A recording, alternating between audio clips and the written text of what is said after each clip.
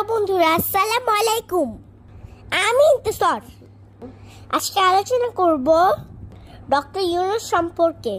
মোহাম্মদ ইউনূস জন্ম 28 জুন 1940 সালে একজন বাংলাদেশি সামাজিক উদ্যোক্তা, সমাজসেবক ও নোবেল পুরস্কার বিজয়ী।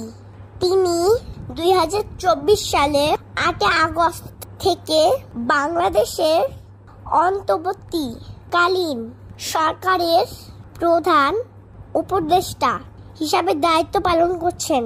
তিনি 2006 সালে গ্রামীণ ব্যাংক প্রতিষ্ঠাতা করেন এবং ক্ষুদ্র ঋণ ও ক্ষুদ্রবৃত্ত ধার প্রেরণার জন্য নোবেল শান্তি পুরস্কার লাভ করেন।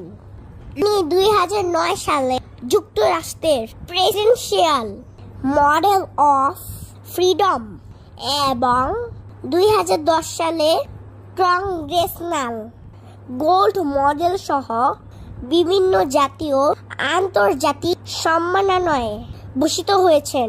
তিনি সেই 7 জন ব্যক্তির একজন যারা নোবেল শান্তি পুরস্কার যুক্তরাষ্ট্রের প্রেসিডেন্সিয়াল মডেল অফ ফ্রিডম এবং কংগ্রেসনাল গোল্ড মডেল পেয়েছেন। 2012 সালে তিনি স্কটল্যান্ডের গ্লাসগো ক্যালেডোনিয়ান বিশ্ববিদ্যালয়ে আচার্য হন। 2018 সালে পর্যন্ত এই পথে অধিষ্ঠিত ছিলেন। এর আগে তিনি চট্টগ্রাম বিশ্ববিদ্যালয়ে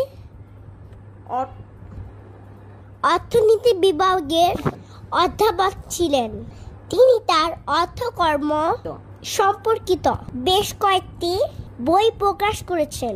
তিনি গ্রামীণ আমেরিকা এবং গ্রামীণ ফাউন্ডেশনের প্রতিষ্ঠাতা বোর্ড সদস্য, যা ক্ষুদ্র ঋণকে সহায়তা করে থাকে।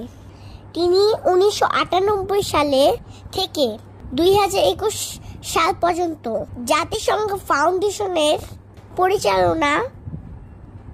পরিচালনা পর্ষদে দায়িত্ব পালন করেছেন। 2022 সালে তিনি ইলেকট্রনিক্স স্পোর্টস এর উন্নয়নের জন্য স্পোর্টস আন্দোলনের অংশ হিসাবে গ্লোবাল স্পোর্টস ফাউন্ডেশনের সাথে অংশীদারিত্ব